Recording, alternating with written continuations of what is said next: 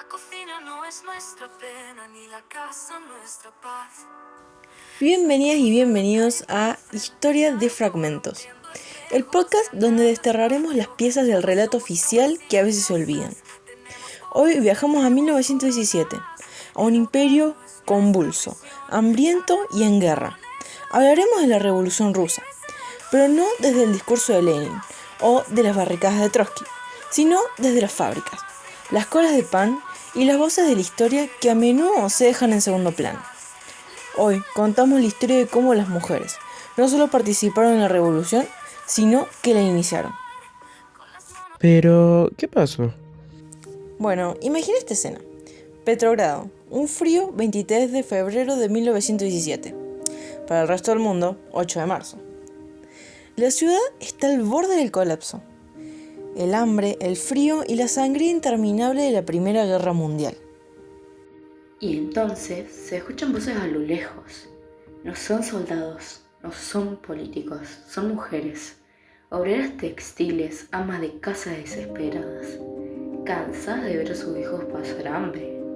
Harta de esperar horas para un trozo de pan que nunca llega. Decide que ya basta. Abandonan la fábrica y salen a las calles. Gritan pan, paz, abajo el sal. ¿En serio? ¿Las mujeres salieron a protestar?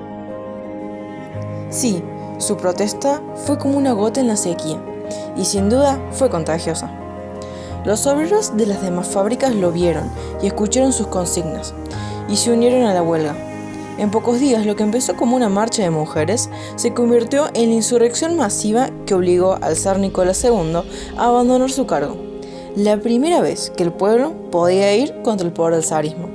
¡Wow! Eso fue impresionante. Ellos impulsaron toda una revolución. Y ahí no termina. Con los bolcheviques en el poder, llegó el momento de transformar la teoría en realidad. Y aquí es donde sucedió algo sin precedentes en el mundo. El nuevo gobierno aprobó de inmediato el código legal más avanzado para los derechos de la mujer. Se legalizaron muchas cosas, como el derecho al voto, el divorcio por la voluntad de cualquiera de los cónyuges, al aborto legal y gratuito, igualdad salarial, etc. Leyes que en muchos países tardarían décadas en llegar. Mira, incluso hace pocos años se seguía discutiendo la cuestión del aborto acá en la Argentina.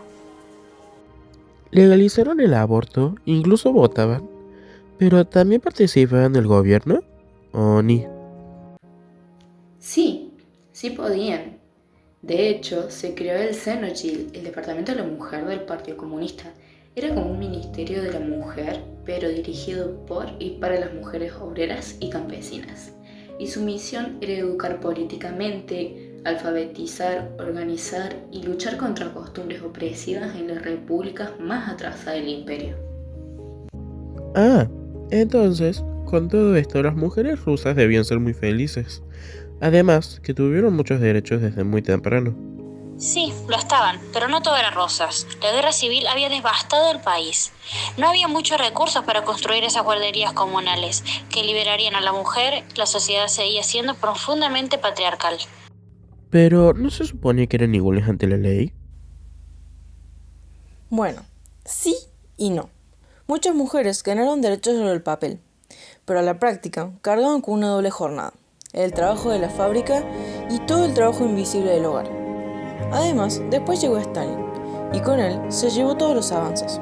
El Xenodel fue cerrado en 1930. Se consideró que la cuestión de la mujer estaba resuelta, y se prohibió el aborto, se glorificó la familia tradicional y se tomó como que la maternidad era un deber socialista. Los avances pioneros de la Revolución Rusa, en gran medida, fueron borrados. Entonces todo fue el vicio. Borraron todo por lo que se había luchado durante años. Bueno, no fue tan así. Luego de la muerte de Stalin se volvió a legalizar el aborto, pero ya los movimientos feministas no tenían tanta fuerza. Lo bueno es que este tipo de manifestación hizo ver que las mujeres no eran solo amas de casa y que podían hacer lo mismo que los hombres. Eso sin contar que las acciones de las mujeres rusas inspiraron a miles en todo el mundo, además de fundar las bases de lo que hoy se conoce como el feminismo. Lo importante es recordar que todos somos iguales en derechos y obligaciones. Nuestro género no define nuestro rol en la sociedad. Las mujeres rusas de esa época estarían muy contentas al ver que años después la mujer tiene un rol igual de importante que el hombre en la actualidad. Y sí, sigue habiendo injusticia.